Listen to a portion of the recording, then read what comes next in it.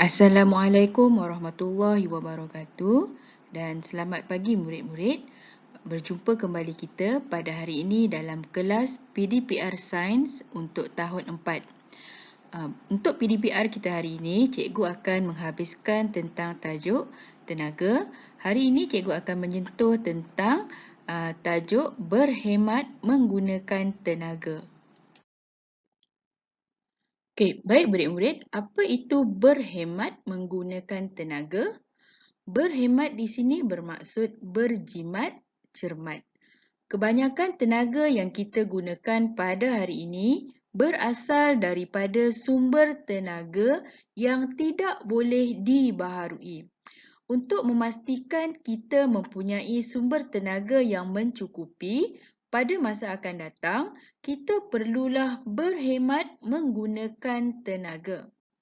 Perhatikan situasi yang berlaku di bawah ini. Apakah kepentingan penggunaan sumber tenaga secara berhemat? Okey. Perhatikan situasi di bawah ini ya murid-murid. Panasnya hari ini. Okey. Sekejap lagi sejuklah. Okey, dia pasang penyaman udara ataupun aircon.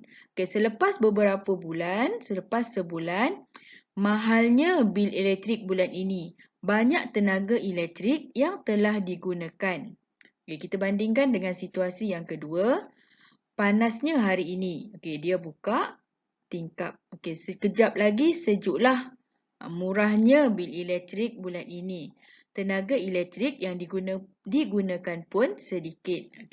Okay, melihat kepada perbandingan dua situasi tersebut, kita dapat melihat bahawa penggunaan sumber tenaga yang banyak akan menyebabkan kos elektrik kita meningkat berbanding kita menggunakan udara yang semula jadi ya.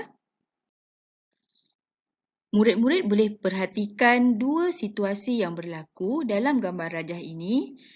Situasi pertama adalah di mana penggunaan kenderaan bermotor akan menyebabkan pencemaran udara yang disebabkan oleh pengeluaran asap daripada kenderaan bermotor. Kenderaan bermotor ini dia menggunakan sumber tenaga daripada bahan api fosil iaitu petroleum. Okey, banyaknya asap, sesak nafas saya. Okey, perhatikan pula situasi yang kedua di mana pengguna lebih suka berjalan kaki ataupun menggunakan basikal di mana tidak menggunakan bahan api fosil ataupun penggunaan sumber tenaga yang boleh menyebabkan pencemaran udara. Okey, segarnya udara hari ini. Okey, berdasarkan kedua-dua situasi tersebut, kita boleh melihat bahawa penggunaan sumber tenaga yang berlebihan boleh menyebabkan pencemaran udara ya. Baik murid-murid, seterusnya cikgu terangkan cara-cara berhemat menggunakan tenaga. Yang pertama, kita boleh tutup peralatan elektrik yang tidak digunakan. Yang kedua, gunakan peralatan yang kurang menggunakan tenaga.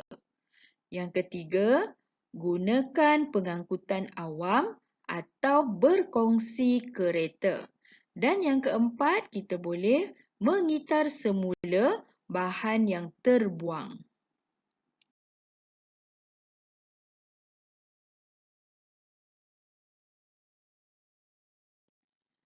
Dan yang terakhir, cikgu akan terangkan tentang kepentingan penggunaan sumber tenaga secara berhemat adalah yang pertama, dapat menjimatkan kos penjanaan tenaga elektrik.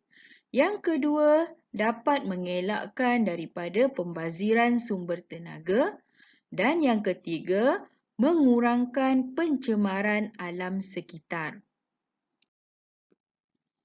Dengan ini, tamatlah untuk tajuk tenaga pada hari ini.